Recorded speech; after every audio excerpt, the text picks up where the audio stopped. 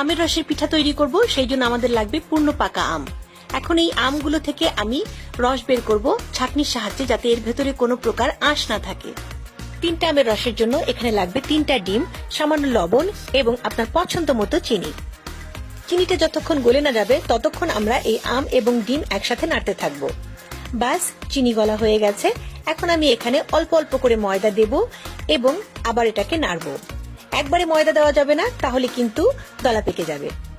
নাড়তে নাড়তে যখন পাতলা ব্যাটার তৈরি হবে তখন আমি একটা বাটিতে কিছু ব্যাটার ঢেলে রাখবো, আর বাকি ব্যাটারের ভেতরে আমি ময়দা দিয়ে একটু আঠালো টাইপের ঘন ব্যাটার তৈরি করে নেব। এখন একটা প্যানে অল্প তেল দিয়ে আমি এই বড়াগুলোকে ভেজে নেব।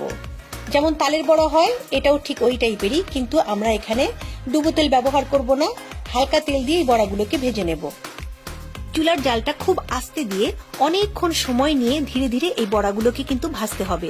আমি আবারও বলে দিচ্ছি, চুলার জাল কিন্তু কোনোভাবেই জোরে দেওয়া যাবে না, তা না হলে ভেতরে কাঁচা থাকবে, ওপরে কিন্তু পুড়ে যাবে।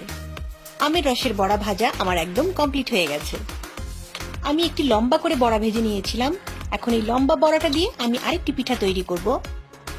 একটা বাটিতে যে আমি পাতলা ব্যাটার ঢেলে রেখেছিলাম, এখন এই লম্বা বড়াটাকে নিয়ে এই ব্যাটারের ভেতরে ডুবিয়ে ডুবিয়ে এটাকে ডুবো তেলে ভেজে নেব। এই স্টাইলের পিঠাকে ডিমের পান্তুয়া পিঠা বলা হয় বা ডিম সুন্দরী পিঠাও বলা হয়ে থাকে। দেখুন, আমি এটাকে ভেজে নিয়েছি। ভাজা হয়ে গেলে এটাকে তুলে আমি আবার এই পাতলা ব্যাটারের ভেতরে এটাকে ডুবিয়ে আমি আবার ভেজে নেব। এইভাবে এই প্রসেসিং করতে করতে এই পিঠাটা যখন অনেক বড় হয়ে যাবে, যখন দেখবো যে এটা পাত্রে আর ধরছে না বা তেলের ভেতরে আটছে না, তখন এই পিঠাটা কমপ্লিট হয়ে যাবে। চুলার জালটা কিন্তু একদম কমিয়ে দিয়ে এই পিঠাটা ভাজতে হবে। দেখুন, ভাজতে ভাজতে পিঠাটা আমার অনেক বড় হয়ে গেছে। আমার এই পিঠাটাও কমপ্লিট হয়ে গেল আমের রস এবং আমের ফ্লেভার দিয়ে তৈরি ডিম সুন্দরী পিঠা বা পান্তুয়া পিঠা। আর হয়ে গেল আমের রসের খুব মজাদার বড়া। রেসিপি তো শেয়ার করে দিলাম, মাত্র কয়েকটি উপকরণ দিয়ে এই অসাধারণ পিঠা আপনারাও বাড়িতে বানিয়ে খাবেন। আর অবশ্যই কমেন্টে জানাবেন কেমন হয়েছে। কি শুধু পিঠা দেখলেই হবে? একটা লাইক দিতে হবে না?